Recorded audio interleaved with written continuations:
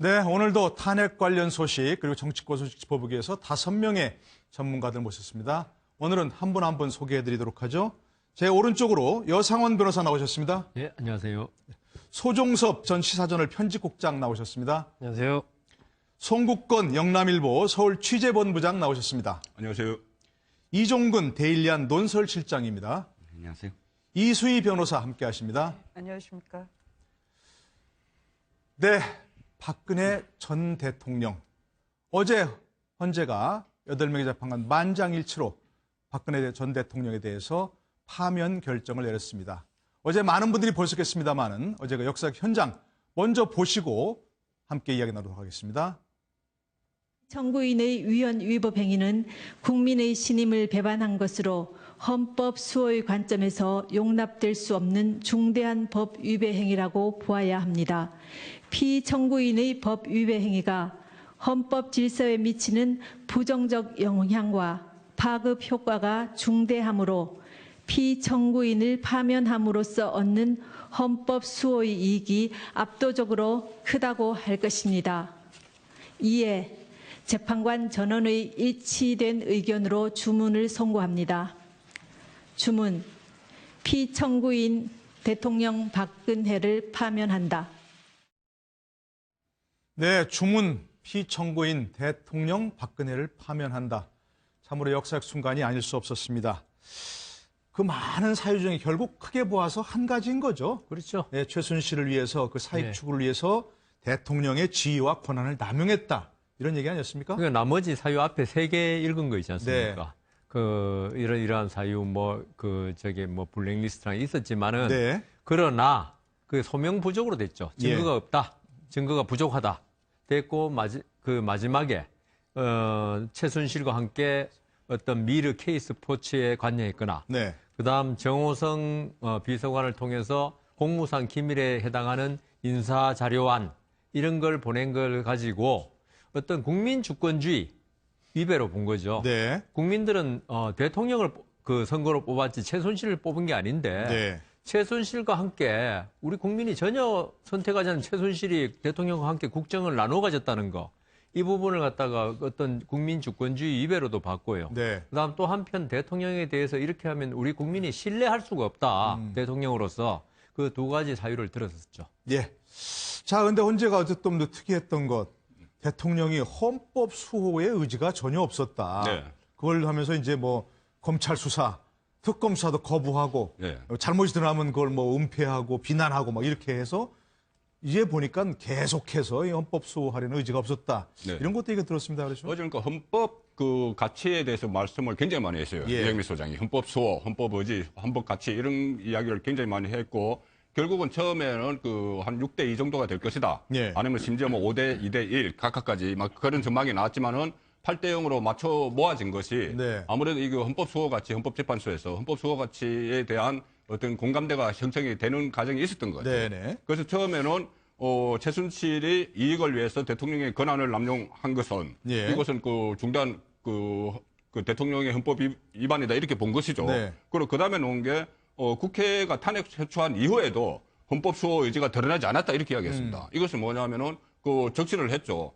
특검이나 검찰의 대면 조사에 응하지 않았고 예. 청와대 압수수색에도 응하지 않았고 이런 은폐를 하려고 했다. 이거 자체도 또 헌법 위반한 것을 감추기 위해서 덮기 위해서 네. 또 헌법을 위반했다. 네. 그렇게 마지막 결정문이 그래서 파면으로 얻는 헌법 수호 이익이 압도적으로 크다. 네. 이렇게 말을 했죠. 그러니까는 어떻게 보면 아주 명쾌한 파면 이유를 밝혔다. 그런 일단은 분석이 많이 나오고 그랬습니다. 네네네. 소 국장님. 네. 근데 이제 우리가 그동안 얘기했던 많은 다른 이제 탄핵 사유들, 이건 전혀 인정이 안 됐죠. 인사 개입, 언론자유 침해, 그다음에 세월호 사고 관련된 대통령의 행위, 이런 것들은 그 판단의 근거가 어떻게, 납득이 되십니까? 어떻게 보셨습니까? 그 부분은? 그런 부분 관련해서는 이제 어떤 사실관계라든지, 네. 이미 이제 특검이나 검찰 조사에서 밝혀진 부분도 있지 않습니까? 하지만 그 사실관계 부분은 어느 정도 인정이 되는데 거기에 그럼 대통령이 예를 들면 블랙리스트를 작성하고 지시하는 부분에서 대통령이 어디까지 관여하고 어떤 지시를 내렸다는 것인지 이런 부분들이 좀 불분명하다라는 것이죠. 네네. 다른 이제 문체부 고위 관료들 인사, 노태광 전 체육국장을 좌천시키라는 이런 부분도 대통령이 과연 정확하게 어떤 내용으로 어떤 시기에 누구에게 어떻게 지시했는지 이런 부분에서 이제 헌법재판소가 판단하기에는 좀 그 대통령이 직접 거기에 관여했다라고 볼 수 있는 그런 부분이 좀 불분명하다. 예. 그렇기 때문에 그 부분은 이 어떤 헌법재판소의 판단에서 일단은 이제 제외를 시킨 것이죠. 네네네. 이수희 변호사님, 예. 어제 8대 0이었습니다. 예.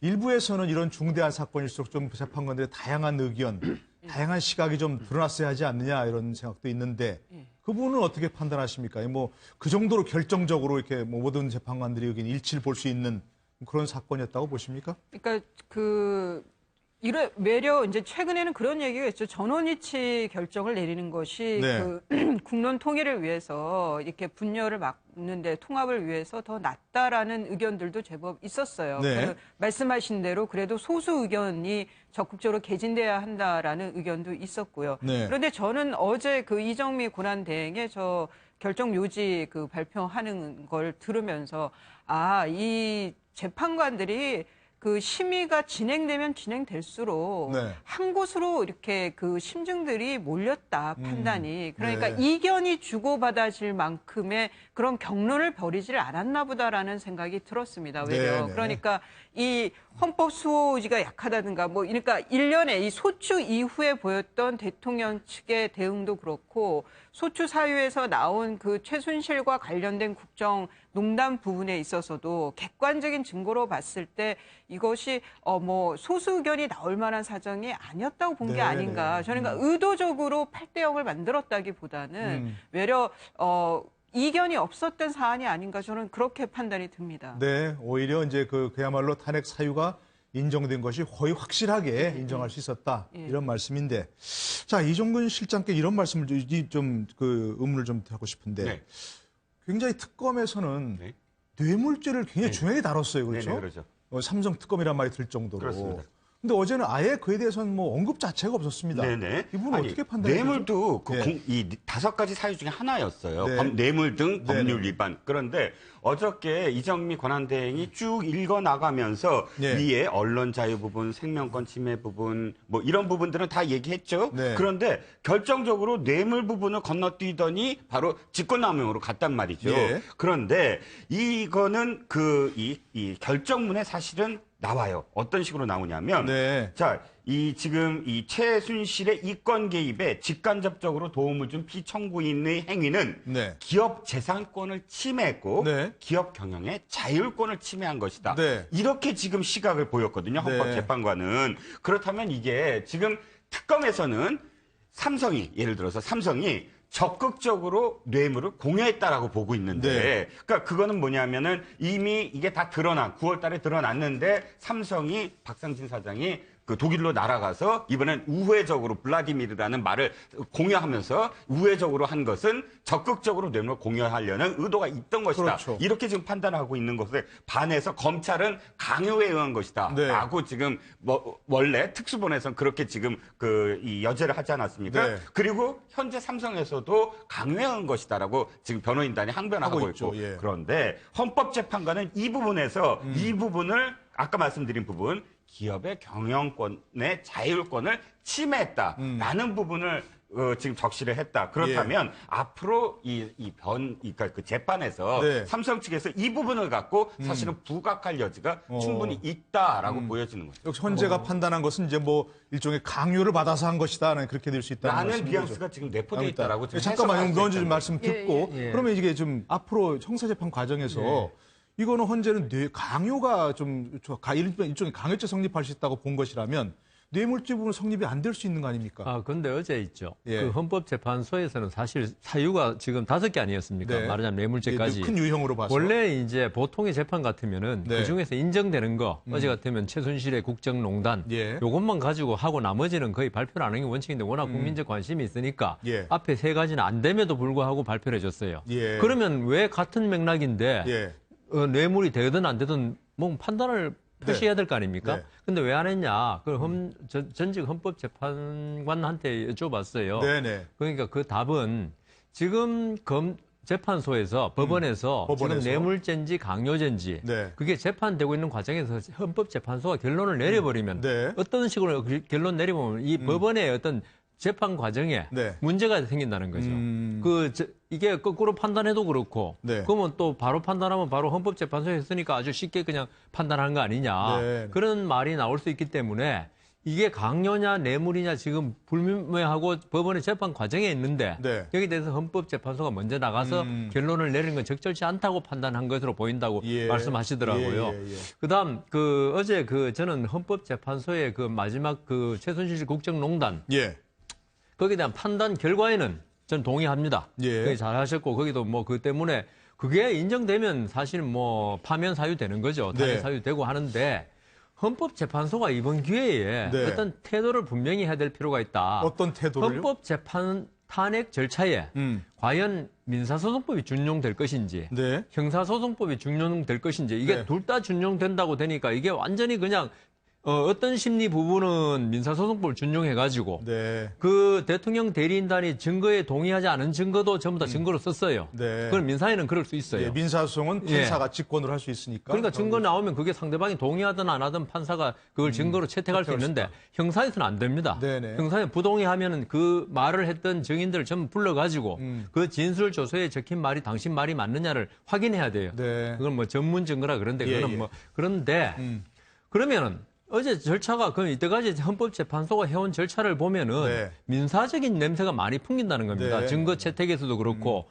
진술 조서를 갖다 부동의했는데도 그 증거로 전부 다 받아들인데도 그렇고. 네. 근데 마지막 선고에서 있죠. 네. 아까 말씀하신 압수수색 거부, 네. 대면 조사 거부, 이거는 탄핵 사유는 아닙니다. 아닙니다. 국회에서 소추 의결한. 예. 근데 이걸 말씀을 하셨어요. 이거는 마치 형사재판에서 있죠. 네. 무슨 형을 선고하면서 당신이 법정에서 보니까 태도가 아주 불량하고 그런 법을 수호할 의지가 전혀 없는 것으로 보여서 네. 중형을 선고합니다 하고 똑같은 거거든요. 사실. 예컨대 뭐 개전에 정이 없다. 개전에 이렇게. 정이 없다는 거하고 예, 어제 예, 예. 저는 같은 그러니까. 걸로 들렸어요. 그러면은 이걸 이쪽에서는 민사에서는 이게 개전의 정의라는 게 없거든요. 그렇죠. 소유권 이전 등기 판결하는데 당신 개정의 정이 있으므로 한다 없다. 그래서 저는 이번 기회에 예. 그 헌법재판소법을 고쳐서라도 네. 이런 탄핵 재판은 형사면 형사, 민사면 민사 절차를 준용한다고 네. 그렇게 좀 해줬으면 좋겠다 그런 생각이 네. 듭니다. 예, 어쨌든 뭐 결론엔 동의하지만 절차적으로는 좀 아쉬움이 있다 이런 말씀이신 것 그렇습니다. 같고 이수희 변호사께서 예. 그러니까 지금 그 뇌물죄, 뭐 강요, 예. 뇌물죄 부분에 있어서 이제 그 헌재의 입장은 이거는 탄핵하는, 그러니까 파면을 해야 되냐 말아야 되냐를 판단하는 거기 때문에 네. 형사법적인 판단을 하지는 않은 것 같고요. 오로지 헌법 위반이 있느냐의 부분에서 그 관점에서 판단한 거기 때문에 네. 그런 행위가 있었다라고 하면 그게 뇌물이지 강요를 떠나서 그런 행위는 그 기업의 재산권을 침해하고 그리고 기업의 자유를 기업 경영의 침해했다는 자유를 거죠. 침해했다. 이거는 헌법 위반이다라는 네네. 거기 때문에 기준 자체가 헌법을 기준으로 해서 그런 결론이 나온 걸로 보이고요. 예. 여 변호사님 말씀대로 저도 소추 후의 사유 그 특검에 응하지 않았다든가 이런 사유가 감안된 거에 대해서는 좀 의아스러웠어요. 네네네. 그런데 그거는 아마 그러니까 이 탄핵 이번에 그 대통령 탄핵에 대한 이 결정문을 두고 뭐 많은 헌법학자들이 네. 학술적인 평가를 내놓을 것 같습니다. 그래야만 한다고 생각이 들고요. 네네. 거기에 맞춰서 뭐 대책이든 뭐가 나와야 할 텐데 저는 또 한편으로 생각하면 그러니까 이익을 형량을 한 거잖아요. 네. 이 소추 후에 보인 피청구인의 태도로 봐서는 헌법 수호 의지가 안 보인다. 네네. 파면을 하지 않았을 때는 다시 도돌이표가 될 것 같다라는 네네. 그런 판단을 위해서 뭐 또 어쩔 수 없었던 거 아닌가 하는 생각도 네. 들고요. 여러 네. 가지로 법리적인 면에 있어서는 두고두고 좀 연구가 필요한 그런 네. 결정이었다 봅니다. 예, 그 이후에도 저희가 많은 연구를 좀 해야 할 텐데 어제 예상은 이건 뭐 전부 걸리면 1시간도 더 넘어 걸릴 거다. 그렇게 예상을 했죠. 그렇게 예상했는데 너무 짧게 끝났어요, 사실은. 21분이면 21분. 지난번 노무현 대통령 26분. 훨씬 노무현 전 짧게 대통령 26분이었죠. 덜 걸린 겁니다. 그리고 또 노무현 전 대통령은 그때 탄핵 그 사유가 세 가지였죠. 아주 세 간단했죠, 가지인데도 사실은. 간단했는데 26분까지 가서 어제 원래 뭐 1시간 정도 걸릴 거다. 그러니까. 이런 예상들을 다 했는데 네. 일단은 그러니까 국회에서 탄핵안 의결한 그 헌법 위반 5가지, 법 네. 위반 8가지를 한 게 아니고 그 헌재에서 간출인 5가지로 네. 5가지로 축약을 해서 예, 유형화했죠, 이렇게. 그렇게 유형화해서 네. 그것을 그 낭독을 한 것이고 그거 하나하나 낭독을 한 것이고 또 그 중에서 또 그 형사법 위반 이거는 뺐습니다. 네. 그러니까 사실상 4개를 한 거예요. 4개를 한 상황이고 또 특히나 어제는 또 소수 의견이 없었기 때문에 예. 그 당초 예상은 뭐 소수 의견이 한 두 분 정도 나오지 않겠느냐 예상을 네, 하고 그래서 1시간으로 그 짐작을 했는데 네. 결과적으로는 속전속결로 그 낭독문이 다 읽어졌죠. 네네. 그러니까 뭐 소수 의견은 안 나왔지만 이제 보충 의견이라고 나왔지 않습니까? 네. 특히 이제 안창호 재판관 같은 경우는 이제 뭐 보충 의견을 내서 이게 뭐 정치적 적폐를 청산하기 위한 것이다 얘기했고 또 다른 두 분의 이제 보충 의견에서는 세월호 사건에서도 탄핵사는 안 되지만 뭔가 이 성실 의무를 위반한 것이다라는 게 있는데 그런 것도 좀 의미가 있다고 보이죠? 이것도. 예, 그렇습니다. 안창호 재판관의 경우는 워낙 이제 이번 그 헌법재판소 탄핵 그 심판을 둘러싸고 보수 세력과 진보 네네네. 세력의 뭐 대결 자체가 첨예하게 이루어지고 있다 보니까 네. 아마 이 이제 최종 결정이 내려지고 난 이후까지도 여러 가지 좀 걱정을 많이 했던 것 같아요. 네네네. 어제 이제 이정미 권한대행도 어쨌건 이런 부분이 어떤 통합과 화해의 그런 게 됐으면 좋겠다는 뜻을 이제 네네네. 밝혔지 않습니까? 모두 발언에서 그런 얘기 하셨죠? 예. 그렇습니다. 마찬가지로 안창호 재판관도 이건 보수 진보의 문제가 아니다 이건 네. 그런 관점에서 이제 보충 의견을 좀 냈고 그리고 네. 이제 김희수 재판관과 이진성 재판관은 이제 세월호 사고와 관련해서 이번에 이 헌법재판소에서 판결할 때는 세월호 사고의 대통령의 이른바 성실한 직무수행 여부 네. 이런 거에 대해서 이제 헌법재판소에서는 사실상 이 성실하다 이런 부분이 좀 너무 추상적이다. 예. 그걸 어떻게 판단할 수 있을지 그렇기 때문에 이제 판단해서 그걸 제외를 했던 것인데 예. 이 김희수 재판관이나 이진성 재판관은 그럼에도 여러 가지 상황을 봤을 때 대통령이 이 사고를 인지한 시점이라든지 네. 이런 것들이 조금 더 앞설 수 있었고 또 인지한 이후에 대통령의 여러 가지 행동 같은 것들이 네네. 예를 들면 관저에 나와서 그러면 집무실로 출근해서 뭐 어떤 대책 회의를 뭐 했다든지 네. 이런 어떤 적극적으로 이제 대통령이 이 세월호 사고를 수습하려는 어떤 의지를 좀 보였어야 되는 거 아니냐 예. 하는 그런 측면에서의 굉장히 아쉬움 같은 것들을 이제 보충 의견으로 내놨습니다. 예, 전반적으로 제가 한번 살펴봤습니다만 우리 이종근 시장께 마지막으로 어제 탄핵 심판 결과를 보시면서 지금까지 느끼신 소회라든지 어떤 걸 좀 얘기할 수 있습니까? 의미라든지 이런 것을 개인이 느끼시는 거는요? 네, 일단 예. 대통령 대리인단의 이 태도, 애티튜드가 잘못됐다라고 아, 여겨집니다. 그것이 결정적이었다. 좀 영향을 미쳤다고 예, 보시는 많은 건가요? 영향을 미쳤다고 여겨지는 게 뭐냐 네. 이겁니다. 우리가 사실 1시간이라고 예측한 것은 사안도 사안이지만 이것이 파면 당할 만큼의 중대성을 따지는 법리적인 어떤 부분들을 네. 하나씩 말씀하실 걸로 우린 생각을 했는데 네. 굉장히 간단했어요. 이를테면 지금까지 4번의 헌법재판소의 공개 선고에서 네. 굉장히 어려웠거든요, 저는. 예를 들어서 행정수도 뭐 이전과 관련된 권한쟁의 심판, 그게 약 한 40분 정도 앞에 이 사유를 읽고 나중에 주문을 하는데 네. 관습법 얘기가 그때 처음으로 나왔죠. 그렇습니다. 그런데 네. 그래서 일반인들이 듣기에 이게 지금 기각인지 인용인지 그러니까 네, 받아들이겠다는 건지 아닌지를 판단을 못하고 주문 때나 그걸 판단할 정도였어요. 예, 최종 결정, 주문 낭독할 때까지. 낭독할 때. 예. 그러니까 이 과정 자체가 법리적으로 어떻다라는 다툼이 굉장히 다른 부분에서는 좀 있었거든요. 네네. 그런데 어저께는 귀에 쏙쏙 들어왔어요. 뭐 법리적인 부분이 거의 없이 그냥 했다. 쉽게 네네네. 20분 동안 딱 흘렀던 것은 이유는 딱 한 가지죠. 대리인단이 예. 법리적으로 중대성, 예를 들어서 이것이 정말 파면당할 만큼의 중대함이냐를 놓고 따지는 것이 아니라 중간에 절차적인 문제, 네. 뭐 국회에서의 절차적인 문제라든지 뭐 이런 부분들을 시비로 논란이 계속 되다 보니까 예. 그 부분들을 앞에 어저께 결정문에서 다 얘기했습니다. 네. 그리고 하나하나씩 국회법에 따르면 또 뭐 법률에 따르면 해서 그거에 대한 어떤 이야기 딱 끝내고 그 다음에 실질적으로 이렇게 그 탄핵 사유와 관련된 얘기했을 때 네. 대리인단이 실질적으로 한 내용에 대한 반론은 거의 없었다는 거죠. 예, 그러니까 예. 대리인단의 이 전략이 완전히 잘못됐구나 처음부터 예.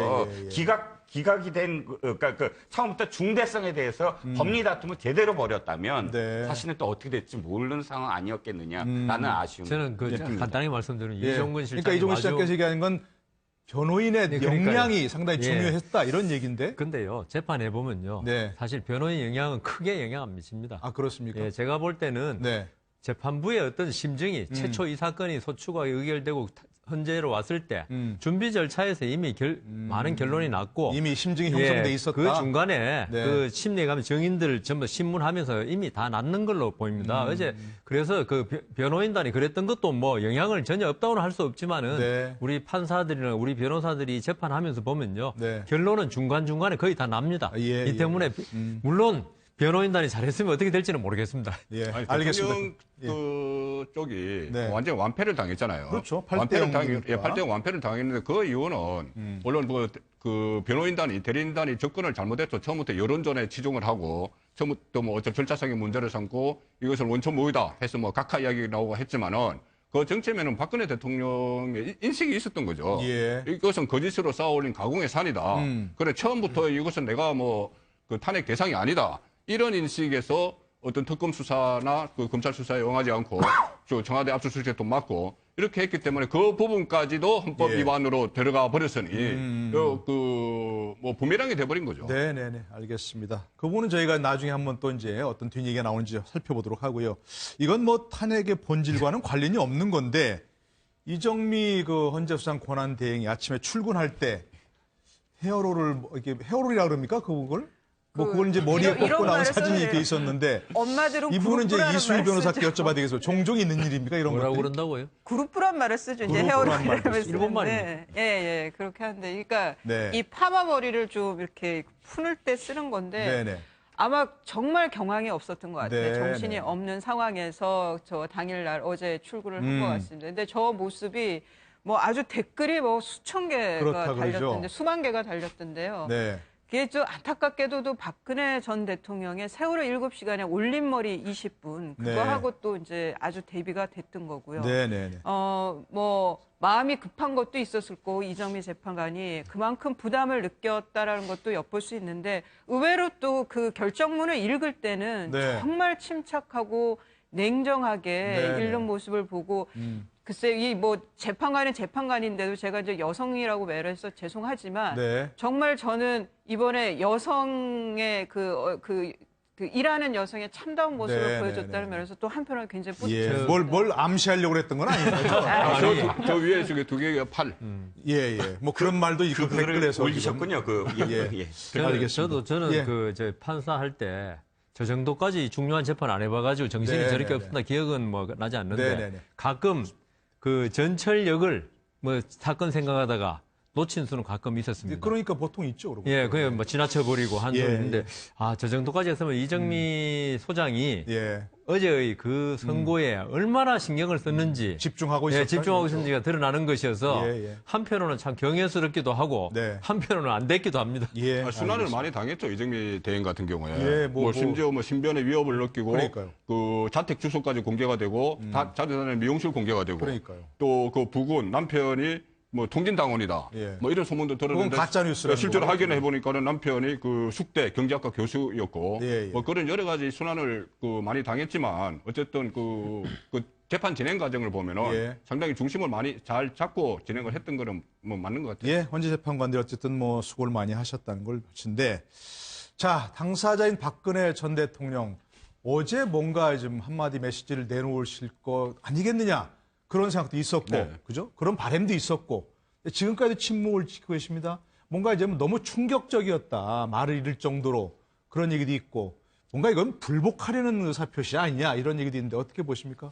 저는 기본적으로 지금 뭐 나오는 이렇게 뉴스 보면 청와대 특히 이제 박 전 대통령이 굉장히 큰 충격을 받아서 전혀 인용될 거라고는 더군다나 8대0 예. 재판관 전원일치로 이렇게 인용될 거라고는 전혀 생각을 못했기 때문에 굉장히 큰 충격을 받았다 뭐 이런 식으로 이제 메시지가 나오고 있던데 네. 저는 그 자체가 사실 이해할 수가 없어요. 왜 그러냐면 이번 이 탄핵 심판 과정을 쭉 본다면 그동안의 여론 자체가 굉장히 이제 어떤 탄핵을 인용해야 된다는 여론이 굉장히 네. 높았고 그런 부분이 사실상 여론조사에는 거의 마지막까지 계속 비슷한 수치로 왔단 말입니다. 그렇습니다. 네. 예, 10명 중에 한 8명 정도는 그런 의견을 계속 가져왔었고 물론 현장에 나오는 탄핵 반대 집회와 탄핵 찬성 집회 뭐 인원수가 어디가 많은 이런 부분 차이가 있었지만 네. 그런 등등을 본다면 그리고 어떤 결과가 나올지 사실상 예단하기 힘든 그런 상황이라면 청와대 차원에서 또 대통령 차원에서도 인용될 때 기각될 때 이러한 두 가지 경우를 당연히 생각하는 게 저는 당연하다라고 생각을 하고 있는데 네, 네. 지금 청와대 그 박 전 대통령 쪽에서 나오는 반응을 보면 우리는 인용될 거라고는 전혀 생각을 안 했다라고 그러니까요. 하면서 지금 계속 관저에 이제 머물고 있고 이제서야 막 이제 삼성동으로 가는 어떤 준비를 하고 있는 네. 여러 가지 이런 모습들을 보이고 있고 또 국민적인 어떤 메시지도 안 내고 있단 말입니다. 예. 근데 저는 이게 지금 오늘 또 뭐 이제 탄핵 무효 집회가 열리고 있지만 대통령을 지내는 사람으로서 어쨌건 이런 결과가 나왔을 때 국가적인 위기를 관리하는 차원에서라도 정확하게 좀 어떤 이 승복을 하고 우리가 여기에 따라서 새로운 나라를 좀 만들어가는 쪽으로 갔으면 좋겠다든지 어떤 그런 좀 권위 있는 메시지를 사실은 내주는 것이 그야말로 나라를 위한 길이다라고 저는 좀 생각을 하고요. 예. 그렇기 때문에 언제 이제 박 전 대통령이 관저를 나와서 삼성동 사저로 이동할지는 모르겠지만 뭐 그렇게 오랜 시간이 걸릴 것 같지는 않습니다. 그때라도 저는 반드시 좀 메시지를 내줘야 된다. 네. 그리고 어떤 통합, 화합의 메시지를 내주는 것이 그래도 이제 박 전 대통령이 할 수 있는 마지막 남은 어떤 역할이 아닌가 그런 기대를 갖습니다. 예. 저희 뭐 나오신 패널들도 여러 차례 박근혜 대통령이 이제 탄핵이 결정이 되면 뭔가 대국민 메시지를 발표해야 된다 그런 얘기를 소망들을 많이 말씀하셨어요. 그렇죠? 근데 어제 또 탄핵 인용되고 나니까 이제 탄핵 반대했던 집회에서 불상사도 있었고 이런 것들을 막을 수 있는 뭔가 좀 권위 있는 어떤 메시지를 좀 발표한 게 바람직하지 않는가 이런 얘기들이 많이 있는데. 네, 벌써 지금 사망자가 3명입니다. 그러니까요. 그리고 지금 위독하신 분이 한 분으로 알고 있고. 네네. 그리고 어저께 절대 그런 일 있으면 안 되는 거죠. 그럼요, 그러면. 그럼요. 그리고 어저께 사실은 거의 무법 천지였습니다. 취재진들, 특히나 카메라 기자들이나 혹은 ENG 카메라 기자들을 향해서 가해진 그 폭력은 뭐 이루 말할 수도 없거니와 더군다나 청년 2명이 기자들도 아니었어요. 단지 거기를 지나고 젊다는 이유만으로 집단 폭행을 당한 현장도 있었습니다. 그러니까 지금 사실 이 모든 것들을 이런 어떤 야만적인 정말 야만의 시대로 보이는 이런 폭력적인 그런 이 행사 또는 폭력적인 어떤 집회를 막을 수 있는 가장 정확한 방법은 박 대통령의 담화라고 여겨져요. 박 대통령이 이제는 다 국민의 통합 그리고 국민이 화합해야 된다. 왜 박 대통령이 서면 제출할 때 헌법재판소에 서면으로 제출할 때 그런 뉘앙스의 말씀을 마지막으로 하셨거든요. 마지막에 그 안에 국민 통합을 위해서 할 일을 하겠다. 자신이 할 일을 하겠다. 그 할 일이 바로 자신이 청와대에서 나오실 때 이제 국민들은 화합해야 한다라는 그런 말씀을 한마디만 하시더라도 지금 태극기 집회에서의 어떤 폭력적인 그런 양상은 많이 자제가 되지 않을까 싶습니다. 네네. 뭐 반대 의사를 표시하거나 불만을 표시하는 그 자체는 뭐 얼마든지 할 수 있는 거죠. 예, 그건 어느 정도는 뭐 소용을 해야죠. 그렇죠. 그러나 이제 이렇게 폭력적인 양상을 보이는 건 안 되고 오늘 집회에서는 뭐 그렇게 하지 말라고 또 얘기가 나왔다고 하죠. 이렇게. 네, 일단은 뭐 비폭력으로 해야 된다는 주최 측에서도 지금 그 당기국이 단무국으로 바뀌었습니다. 탄핵 무효로. 탄핵 무효를 위한 탄핵 무효를 위한 국민총궐기 운동본부 이렇게 되는데.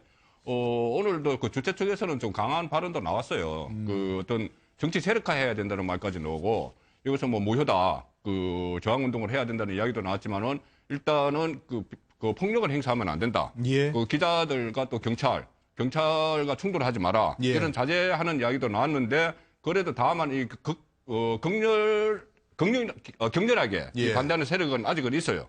친박 정치권에도 있고. 또 탐무국 안에서도 있죠. 그런데 그분들의 행동을 자제시킬 유일한 사람은 박근혜 대통령입니다.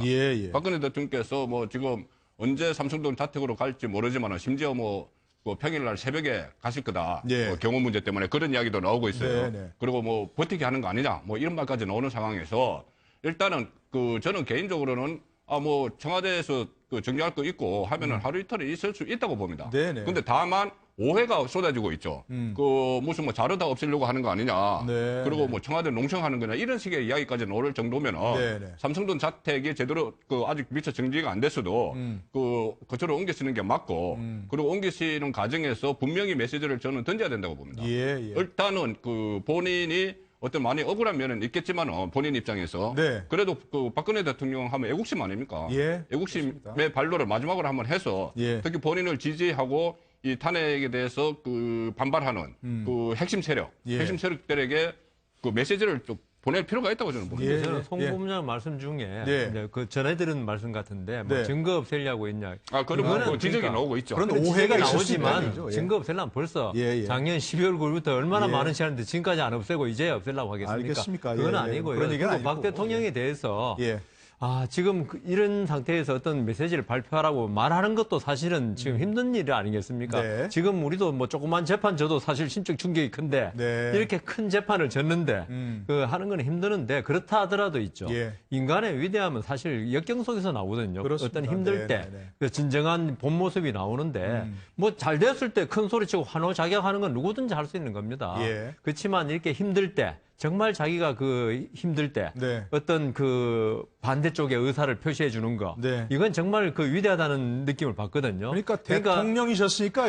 기대하는 거죠. 뭐 우리나라가 큰 나라는 아니지만 네. 일국의 대통령이셨으면은 그러니까요. 대통령으로서 의연한 모습을 마지막에 보여주면은요. 예, 예. 이때까지 뭐 최순실 야이는 그걸 갖다가 덮지는 못하겠지만 상당히 국민들이 대통령이 가졌던 부정적인 이미지를 갖다가 예. 전환에 도움되고 지금 세 분이 돌아가시고 한 분이 중태라 그러는데 네. 더 이상 이런 불행한 일이 있어서 안 되는데 그걸 진짜 아까 말씀하신 할 수 있는 분은 그걸 무마시킬 수 있는 분은 대통령밖에 없다. 그렇습니다. 그런 네. 말씀을 예. 나도 이 재판에 대해서 100% 동의는 아니지만 우리가 민주국가, 법치국가의 국민으로서 헌법 체제를 수호해야 될 국민으로서 예. 그 승복하자, 깨끗이 예, 승복하고 더 밝은 그리고 하나된 한국을 통해 위해서 나아가자 이렇게 말씀만 해주시면은 예. 앞으로 조금 불행한 사태가 미연에 방지되지 않을까 그러니까 그런 말입니다. 생각합니다.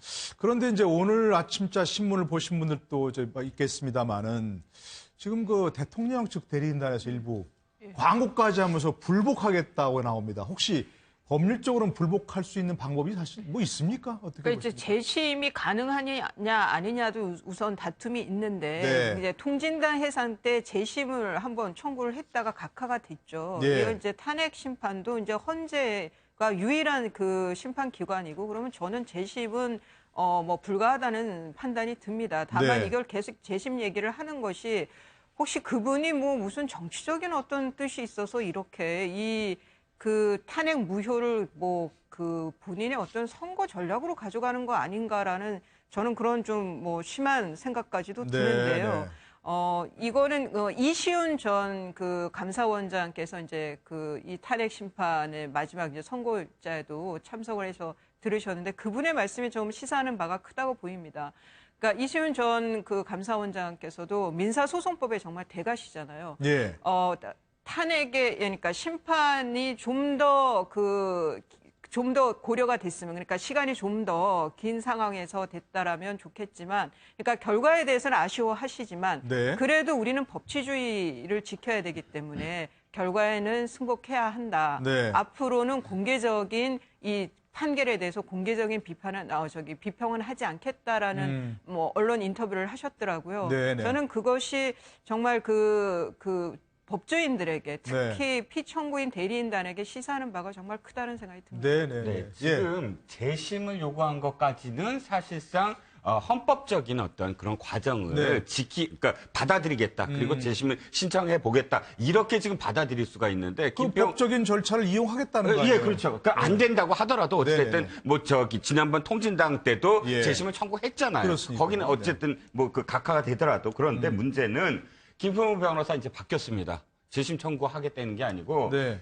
헌법재판소를 해산하겠다. 오. 그리고 국민들이 다시 9명을 선정을 해서 헌법재판소를 다시 네. 저기를 하겠다라는 지금 주장을 신문 광고에서 내고 있어요. 네. 지금 제가 생각할 때는 이 정도 되면 재심까지는 그래도 이 네. 헌법을 인정하겠다라는 것으로 읽히는데 네. 이 정도 되면 거의 뭐 초헌법적인 어떤 그런 이야기니까 거의 이제 혁명이나 다름이 없죠. 네네. 그러니까 이 에너지가 사실은 정치적인 에너지로 차라리 정당으로 간다거나 네네. 새누리당이나 이름을 통해서 간다거나 혹은 자유한국당이든 아니면 또 다른 후보든 이번 대선 기간에 네. 지금의 이 태극기 집회의 열기와 에너지를 함께 이렇게 양성적으로 전환하는 데 힘을 써야지 저런 식으로 헌법이라든지 혹은 우리나라의 어떤 가치, 자유민주주의의 가치를 아예 예. 통째로 무너뜨리겠다라는 발상은 예. 전혀 도움이 안 된다는 거죠. 재심 알겠습니다. 논의 나오는 예. 것도 네네. 이거 그 승복하지 못하겠다는 고의일 뿐이고 현실성이 전혀 없어요.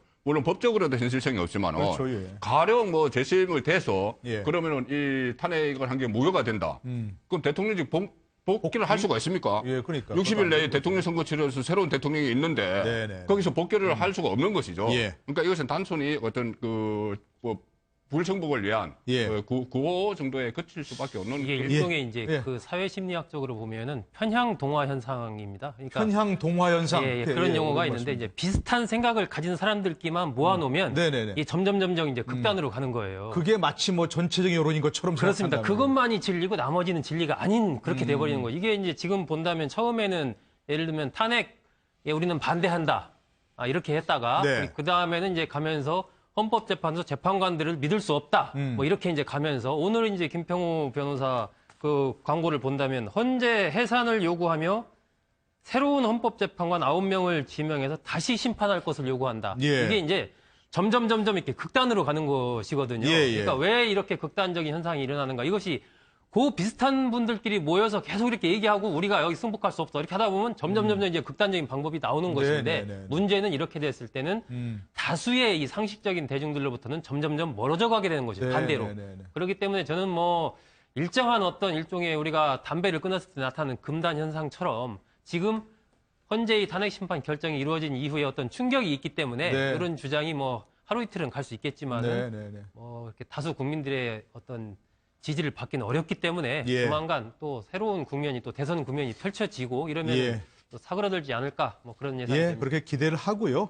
또 저희가 뭐 헌법재판소 결정을 받아들이는 것은 어떤 분이 얘기한 것처럼 노예의 결정이 아니고 주체적인 의사를 가진 적극적인 선택이다. 이런 말씀을 좀 꼭 드리고 싶습니다. 자, 지금 얘기가 나왔습니다. 이제 뭐 조기 대선 될 수밖에 없는 거죠. 그렇죠. 어제로서 대통령직이 끝났으니까 그렇죠. 근데 어제 3월 10일이었으니까 이제 5월 9일까지 60일이니까. 근데 안에 뽑아야 되는 거죠. 2달이 아니고 60일이라는 게 60일이니까. 중요하죠. 60일이면 날짜로 계산하거든요. 날짜 계산하니까 3월 달에 60일, 5월 9일 31일까지 맞습니다. 있는데 그렇습니다. 그게 5월 9일이 맞습니까? 제가 맞다고 계산을 안 해야 해봐가지고 됩니다. 예, 만약 5월 60일 이내면은 네, 5월 9일입니다. 9일이고 마지막 날인데요. 근데 이제 그 5월 9일까지 하라는 거지. 그렇죠. 5월 9일 이내에 해도 뭐 선거에 물론이죠. 그뭐 위법사항의 위헌은 전혀 아니죠. 네. 근데 5월 달이 아무래도 될 가능성이 지금 많고요. 예. 왜냐하면 지금 이제 후보 등록 내일부터 한다던가요? 뭐 월요일부터 하겠죠. 아니, 후보 등록은 그러니까 뭐 예비 4월 후보 등록. 어제부터 그 예비 후보 등록 예, 받고 예. 하는데요. 예, 예. 그렇다 하더라도 선거 운동도 필요한 거고 예. 각 당의 경선도 필요해서요. 네. 결국 5월 달로 가는데 5월 초는 좀 되게 힘든 게 징검다리 연휴가 연휴가 있죠. 있어가지고 예. 투표율을 높이기에는 힘들다. 네. 그래서 5월 9일이 가장 가능성이 많고요. 예. 근데 다만 이게 투표율이 과연 우리 12월 19일 항상 대선을 했었죠. 네. 그만큼 투표율이 나오겠냐. 5월 달이면 그 야외로 나가는 분들이 많고 그렇죠. 이래가지고 그 부분이 조금 걱정되고. 네. 그다음 또 그렇지 않다 하더라도 5월 4일인가 5일쯤에 네. 사전 투표를 해야 되는데 네. 아까 말씀드린 징검다리 연휴 때문에 사전 투표율이 높아질까? 네. 그렇지만 역대 그 보궐선거라든가 네. 그다음 지자체 이런 선거에서 투표율이 사실 낮았습니다. 네. 그렇지만 대통령 선거는 확실히 투표율이 올라가기 때문에 네. 하여튼 5월 9일이 가장 가능성이 맞지 않을까 네, 네, 그런 네. 생각이 듭니다. 근데 정확한 날짜는 또 뭐 황교안 총리 대통령 권한대행이 뭐 지정을 해야 한다면서요. 그러니까 이제 선관위에서 의견들을 올리겠죠. 네, 그러면 네. 이제 그 황교안 총리가 지정을 해야 되는데 그것 때문에 네. 황교안 권한대행이 후보로 출마를 하겠느냐 안 하겠느냐에 이제 얘기가 나올 때 네, 네. 아니 본인이 출마하면서 그 선거 날짜를 본인이 정한다는 거는 상당히 부당하지 않느냐, 네. 납득이 안 가지 않느냐 그래서 외려 좀 황교안 권한대행의 출마가 좀 줄어드는 거 아닌가 외려 그 네, 선거일자 지정 때문에 또 네. 그런 그 의미도 있는 것 같습니다. 네. 그런데 네. 저 선거일자 공고가 그 D-50일까지거든요. 네네. 그러니까 3월 20일까지 공고를 하면 됩니다. 앞으로 한 9일 정도 남았는데 3월 그렇죠. 20일까지 하면은 만약에 그때 황교안 대행이 그날 하기 전에 네. 그 공고하기 전에 출마 선언을 하려면 그때 출마 선언을 해야 돼요. 네. 본인이 공고해놓고 네. 본인이 출마할 수는 없는 것이죠. 네. 그렇기 때문에 저는 황교안 대행의 그 출마 여부가 네. 앞으로 열흘 안에 그 판가름 날 것이다. 근데 안 하시겠지요? 어떻게 보십니까? 그렇죠. 그런데 지금 일단 그 보수 쪽에서는 네. 상당히 굉장히 그 압박을 많이 넣고 있는 상황이에요. 네. 그리고 또 홍준표 그 경남도지사가 또 출마를 하려고 하니 네. 항 대행과 홍 지사가 예. 이렇게 어떤 부음을 일으켜야 된다 같이 네. 그런 이야기도 나오고 있고 그러니까 저 뭐 섣불리 그 판단을 할 수는 없어요. 그런데 네. 이 선거일을 놓고도 여러 가지 또 억측들이 나옵니다. 뭐냐면은 황교안 대행이 어차피 선거일을 지정을 하게 되니 네. 그 연휴가 많은 거주, 거주에 지정을 하면은 5월 첫 주. 하면은 그 젊은 유권자들이 다 놀러 가기 때문에 그 야당을 안 찍을 거 아니냐 뭐 이런 가령 예를 들어서 네, 그런 그 억척이죠, 억척. 효도 그런 여러 가지 이야기들이 나오고 있어요. 글쎄, 이건 내 당위적으로 봤을 때 그런 결정은 좀 권한 대행이 이 나라 이렇게 좀 어려운 상황을 두고 나 그만두고 나가겠어 이렇게 하실까요? 어떻게 보세요? 저는 뭐 진작부터 황교안 권한대행이 출마할 가능성이 없고 네. 출마 안 하는 게 맞다라고 이렇게 얘기를 해 왔는데 특히나 이제 탄핵 심판에서 대통령이 이제 파면되는 결정이 내려졌지 않습니까? 네. 그럼으로써 저는 이 완전히 그 황교안 권한대행이 출마할 가능성은 이제 제로가 됐다. 뭐 저는 그렇게 봅니다. 일단 그 어제 이제 황교안 권한대행의 메시지에서도 책임을 깊이 통감한다. 네. 뭐 그런 표현이 나왔고 또 지금 국민들도 거의 뭐 70% 이상의 국민들이 황교안 권한대행 출마에 대해서 부정적이란 말입니다. 네, 그리고 황교안 권한대행이 공직자로서 그동안에 쭉 생활을 해 오셨는데 네. 지금 현재의 상황이라는 것이 얼마나 중요한 상황이다라는 것을 본인이 잘 인식을 하고 있을 것이고 네. 이 상황에서 대통령 선거 출마를 선언한다. 저는 그 자체 그런 상황 자체를 저는 이해할 수가 없습니다. 그러니까 예. 황교안 권한대행이 현재의 역사적인 책무는 이 과도기, 이 이행기를 본인이 충실하게 잘 관리해서 다음 정권이 어떤 정권이 탄생하든 간에 어떤 새로운 정권 탄생이 원만하게 이루어질 수 있도록 하는 거. 네. 이것이 황교안 권한대행이 지고 있는 지금 역사적인 책무이기 때문에 네. 그것에 저는 충실할 것이다. 또 충실해야 한다. 네. 뭐 그렇게 그렇게 생각합니다. 당부도 하시는 거죠. 예. 이종무 실장께서는 생각이 문제에 약간 대해서- 다른 게 네. 저는 이제 저의 당위보다는 황교안 대행의 입장에서 한번 생각을 해보고 네네. 싶어요. 황교안 대행은 두 가지 축이 있는데 하나는 그 기독교. 굉장히 기독교 네네. 독실한 그렇다고 기독교 하죠. 신자죠. 부인도 나사렛 때 뭐 기독교 중심의 어떤 대학의 교수고. 네. 자, 그렇고 이 기독교가 굉장히 좀 우파적인 그런 기독교예요, 신자가. 네네. 그리고 또 한 가지는 공안 검사라는 축. 그러니까 공안 검사를 계속하면서 또 지금 법무부 장관 시절에 통진단 해산의 예. 소추위원이었죠. 자, 그러면 이 황교안 대행의 어떤 마음속에는 소명의식이 있어요. 아, 이 나라가 안보에서 일단 안보적으로 안정돼야 되고 또 보수의 어떤 가치를 실현해야 되고 네. 또 이런 어떤 소명의식이 굉장히 있는데 중요한 건 지금 그 축이 흔들리고 있다.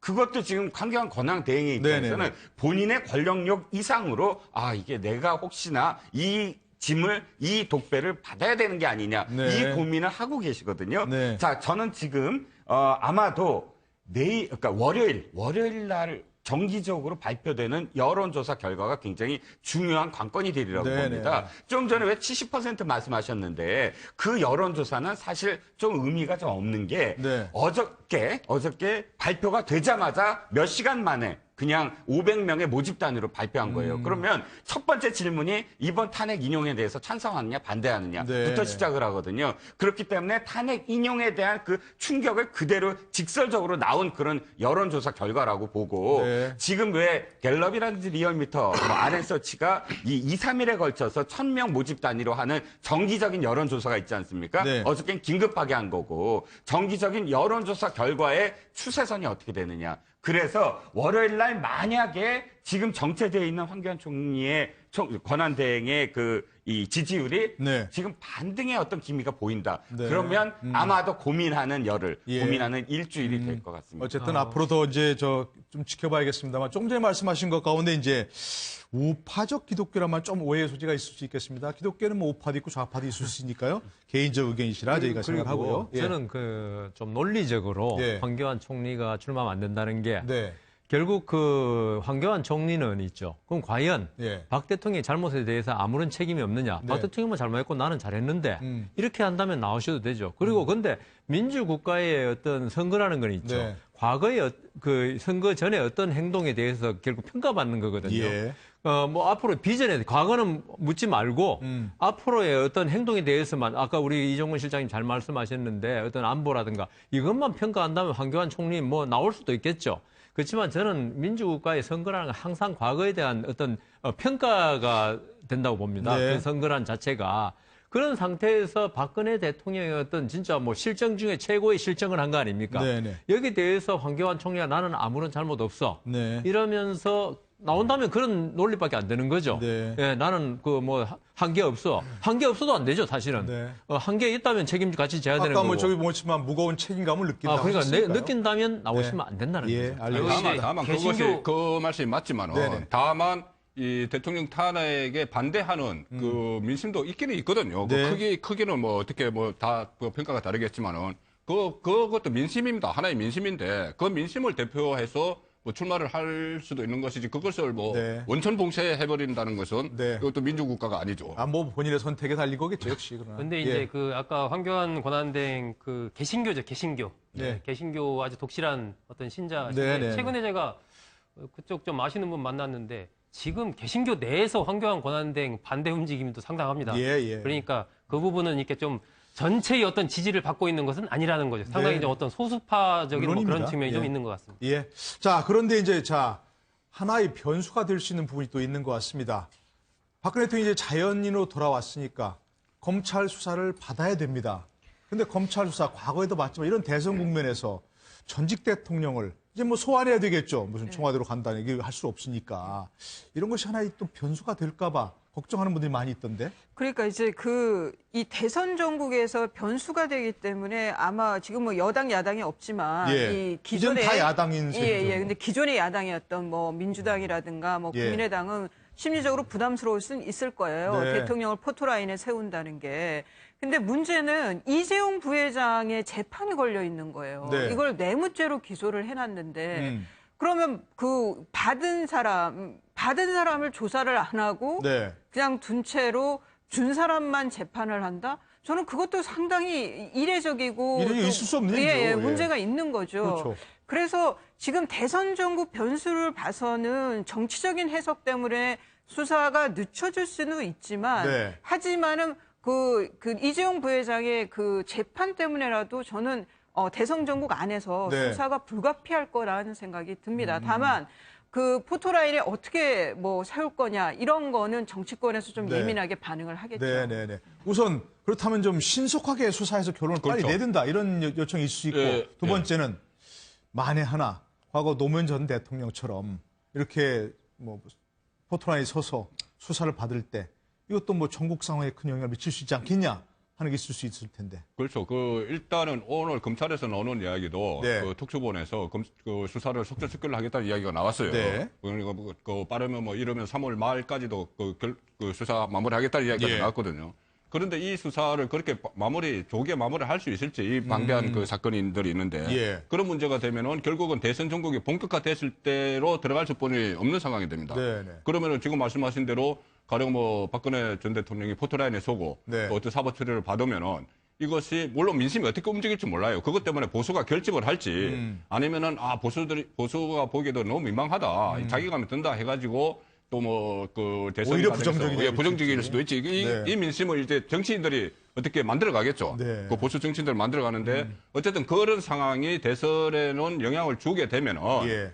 그 1997년에 그 DJ 비자금 사건이 터졌죠. 예. 강삼재 당시 신한국당 사무총장이 DJ 비자금을 폭로해서 네. 이게 검찰 수사를 해야 된다는 여론이 굉장히 높아졌을 때 그 대선 바로 직전이었습니다. 네. 아마 10월 말 정도 됐을 텐데 12월이 네. 대선이고 그러니까는 그 당시 김태정 검찰총장이 이 그 수사를 유보했습니다. 유보한다는 결정을 네, 했죠. 대선 예. 이후에 유보한다는 결정을 했고 예. 그것이 당시 대통령이었던 김영삼 대통령의 지시였느냐 뭐 이런 이야기도 있었는데 네. 어쨌든 그 사건은 그 이후에 정권이 그 김대중 정권이 들어서고 나서 거의 유야무에 됐죠. 그렇죠. 예. 이제 그런 일이 있었는데 지금은 그때와는 좀 상황이 다르죠. 조금 전에 말씀하신 대로 상대방이 있는 거예요. 예. 그 박근혜 대통령뿐이 아니고 네. 그 같은 뭐 혐의를 받는 여러 사람들이 있기 때문에 네. 그러면 그 사람들 수사까지 다 중단해야 되느냐.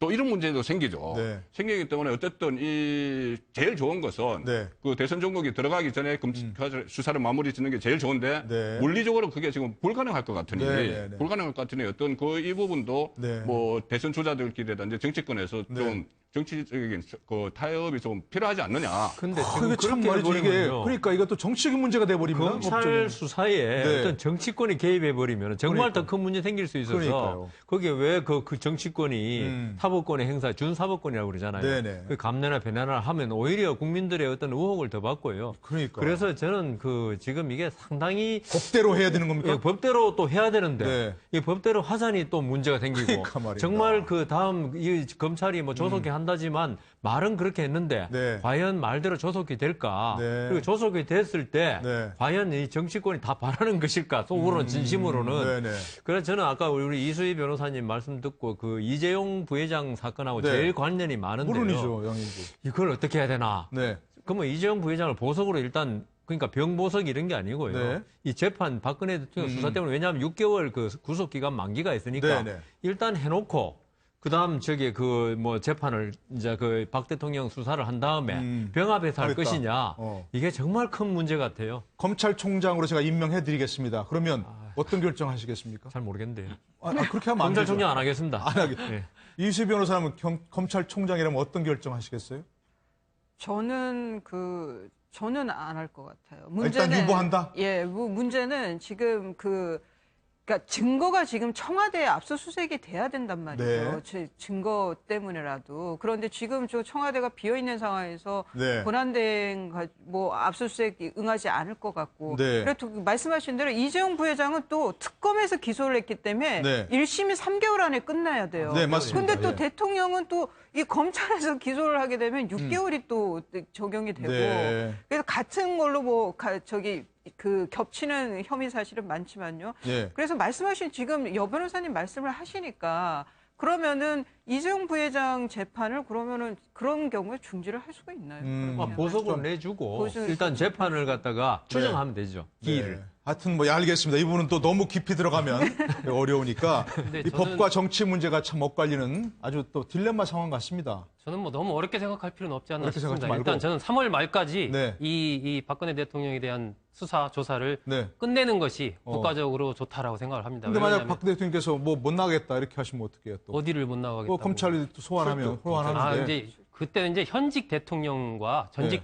대통령 지금은 자연인 아닙니까? 물론이죠. 예, 그렇기 때문에 저는 박 전 대통령이 그렇게 이른바 삼성동 자택에서 은거하면서 네. 네. 이른바 그런 검찰 조사에 불응한 이런 사태는 벌어지지 않을 것이다라고 네. 보고 정말로 만일에 그런 사태가 벌어진다면 거기에 맞춰서 또 법적인 대응을 하면 됩니다. 예. 몇 번 보내고 필요하면 정말 뭐 나중에 이제 체포영장이 집행되는 그런 경우까지 있을 수가 있는데 저는 그렇게까지는 안 갈 것이다라고 보고요. 네, 네. 왜 그러냐면 지금 대통령 선거 일정이 5월 9일 날 한다고 했을 때 4월 초면은 각 당 경선이 거의 다 끝나고 예. 4월 중순부터 본격적인 대선 이제 레이스가 네. 시작이 되거든요. 네네. 그렇기 때문에 검찰로서는 3월 말까지 이 부분에 대한 어떤 조사 같은 것들을 끝내는 것이 예. 5월 9일 날 만약에 대통령 선거가 치러지면 바로 5월 10일부터 네네. 새로운 대통령이 직무를 시작하는 것이거든요. 그렇기 때문에 만약에 박근혜 대통령에 대한 어떤 소환 조사나 이런 것들을 뒤로 미루게 되면 새 정부가 들어선 이후에 하게 되면 네. 이것이 또 어떤 정치 보복적인 그러한 해석이 그럼요. 나올 수도 네네네. 있는 것이기 때문에 저는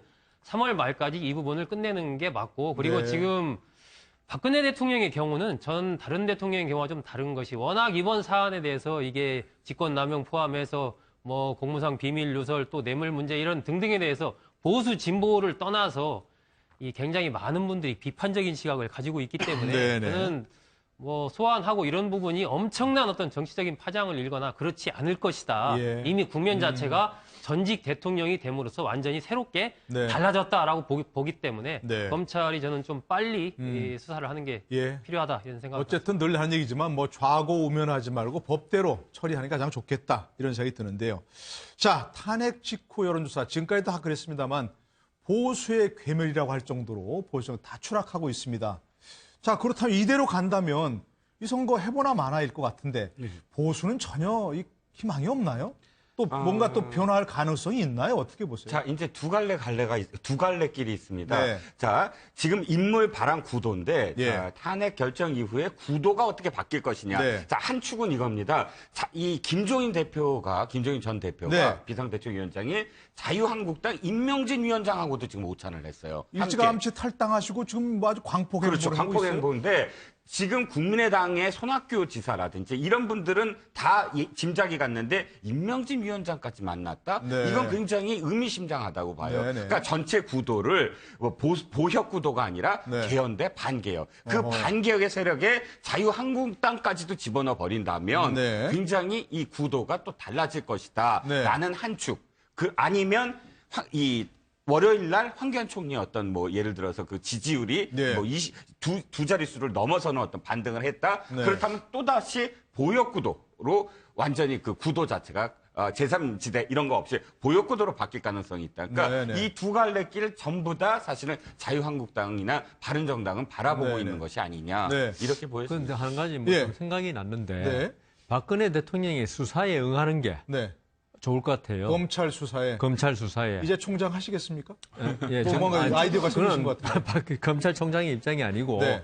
박근혜 대통령이 지금 뭐 그렇지 않아도 지금 아까 좀 전에 말씀하신 대로 지금 보수 세력이 괴멸했다고 그러지 않습니까? 네. 여기서 일부 박 이렇게 얘기 나오고 대통령으로서는 있죠. 네. 어쨌건 보수 세력이 집권하는데 자기 도움을 주는 게 지금 물러났지만은 네. 어떤 바람이 될 수도 있겠죠. 네, 네. 그런데 이게 그냥 그 박근혜 대통령의 수사를 중지한 채로 가면요. 네, 네, 네. 이 야당의 어떤 경선이라든가 선거몰이에 전부 다 모든 집중이 되는데 만일 박근혜 대통령이 수사에 응해가지고 네. 그 불구속 수사가 한참 동안 될 겁니다. 네. 제가 보기에는. 그렇죠. 그러면 포토라인을 서고 나면 온 국민의 또 관심은 있죠. 그리 간다. 그 수사에서 어떤 결과가 나오든 간에 모든 관심은 야당의 어떤 그 경선몰이에 네. 어떤 그걸 희석시킬 수 있다는 거죠. 아하, 네. 그러니까 박 대통령이 만일 선거에 뭐 개입할지 안 할지 모르겠지만은 지금 이 상태에서 만일에 생각한다면 그쪽도 생각해 본다면 그쪽 갈 가능성이 있다는 거죠. 오히려 도움이 될 수 예, 있다. 예, 예. 뭐 그건 한번 보도록 하고요. 향후 이 대선 국면에서 가장 큰 변수 뭐라고 판단하십니까? 아까 얘기하신 대로 김종인 전 대표의 개헌몰이 되십니까? 어떻게 보세요? 일단은 그 구도 대결로 간다고 보면요. 네. 이제 구도가 어떻게 짜여지느냐. 저는 그게 이것이 중요하다면서요. 가장 중요합니다. 구도가 그러니까 지금은 그 구도 대결이라고 그러면은 보수 대 진보 네. 이렇게만 생각을 하지만 지금 중간 지대가 굉장히 많이 생긴 상황이죠. 네. 뭐 김종인 전 대표가 그러니까 윤석민, 남경필 의원도 만나고 또 손학규 의원과도 교류를 하고 네. 이렇기 때문에 이 보수가 아마 이 그 중도 세력을 보수 플러스 중도가 되는 이런 구도, 네. 이런 구도가 되고 지금 진보라고 하는 것은 일종의 그 문재인 전 대표를 상징으로 하는 겁니다. 네. 그러니까 문재인 전 대표와 또 저 친박, 그 기존의 친박 양극단을 배제한 네. 보수 플러스 그 중도 진영이 구축이 되느냐. 네네. 이 부분이 지금 구도에서는 가장 중요하고 네. 그렇다면 거기에 어느 사람이 대표 선수를 뛸 것이냐. 네. 뭐 이 문제가 남죠. 네네. 이 문제는 지금 뭐 홍준표 경남지사가 가장 그 강력하게 의지를 가지고 있는 것 같고 네. 본인도 뭐 보수 후보는 한 사람이 나올 거라고 이야기를 계속해요. 네. 그리고 이 본인이라면 누구 말씀하시는 거예요? 그 홍준표 지사. 홍준표 지사가. 예, 그리고 네. 한교안 그 대통령 권양 대행의 출마 여부도 또 변수가 되고. 네. 어쨌든 처음에는 일단은 구도로 갈 것인데 네. 그 구도에서 보수와 그 중도 세력을 대표하는 주장은 누가 될 것이냐. 예. 이 문제가 두 가지 그 고비가 산이 남아 있는 것 같아요. 예. 소종석 국장께서는 이제 올해 이제 이 정치판을 취재해 오셨는데 이런 상황에서 과연 보수의 희망이 있을 수 있다는 거 있다 보시는지 하고 네. 앞으로 변수는 뭐가 있을지 좀 짚어주시면. 일단 저는 탄핵이 인용됨으로써 판 자체가 크게 바뀌었다라고 봅니다. 예. 그렇기 때문에 지금 전개되는 여러 가지 흐름들은 결국은 문재인이냐 아니냐 예, 이렇게 됐다는 겁니다. 네네. 이게 무슨 보수 진보가 아니고 네. 어떤 뭐 3파전 이런 게 아니고 지금 구도는 단순해진 겁니다. 이제는 문재인이냐 아니냐 딱 이렇게 된 것이고 예. 그렇기 때문에 지금 김종인 전 대표가 뭐 여러 사람 만나는 이런 부분이라든지 지금 네. 자유한국당과 바른정당 이른바 범보수 진영에서 어떤 후보를 낼 것인가라든지 저는 이런 부분들이 좀 마이너한 쪽이 됐다라는 거죠. 결국은 네. 이 흐름 전체를 묶어서 문재인에게 대항하는 이른바 비문의 빅텐트를 만들어낼 수 있느냐. 네. 이것이 이제 최대의 관건이 된 것이고 네. 거기에 실패하게 된다면 문재인 전 대표 집권 가능성이 굉장히 높아졌다. 예. 그러면 이 과연 비문재인의 빅텐트를 만들어낼 수 있을 것인가. 네. 여기에는 결국은 싸움이 시간 싸움이다. 저는 시간이 예. 워낙 없기 때문에. 촉박하기 때문에. 예, 그렇습니다. 그것이 최대의 관건이 될 것이고 네. 이른바 보수 진영에서 바른정당이나 그 자유한국당에서의 어떤 의미 있는 후보를 만들어낼 수 있을 것인가? 네. 저는 어려울 것이다라고 봅니다. 어려울 그리고 것이다. 거기서 뭐 홍준표 지사든 누구든 어떤 후보가 나온다고 해도 네. 이번 대선판에서 그렇게 의미 있는 주자가 되기는 어려울 것이다. 그렇기 때문에 이 비문의 빅텐트에서 중도 보수를 포괄하는 그 사람이 만들어낼 수 있느냐. 그 사람이 예를 들면 안철수 전 대표가 될 수도 있고 아니면 뭐 손학규 전 대표가 될 수도 김종인 있고 전 대표도 생각이 있다면서요. 김종인 전 대표가 될 수도 있고 뭐 이렇게 될 텐데 예. 그것이 이제 최대의 관건이 되겠죠. 알겠습니다. 예, 촛불을 든 사람들도 그렇고 태극기를 드신 분들도 그렇고 모두가 애국심에서 발로였다라고 한다면 이제는 승복을 적극적으로 선택해야 하지 않는가 싶습니다. 자, 오늘 함께해 주신 여러분 고맙습니다.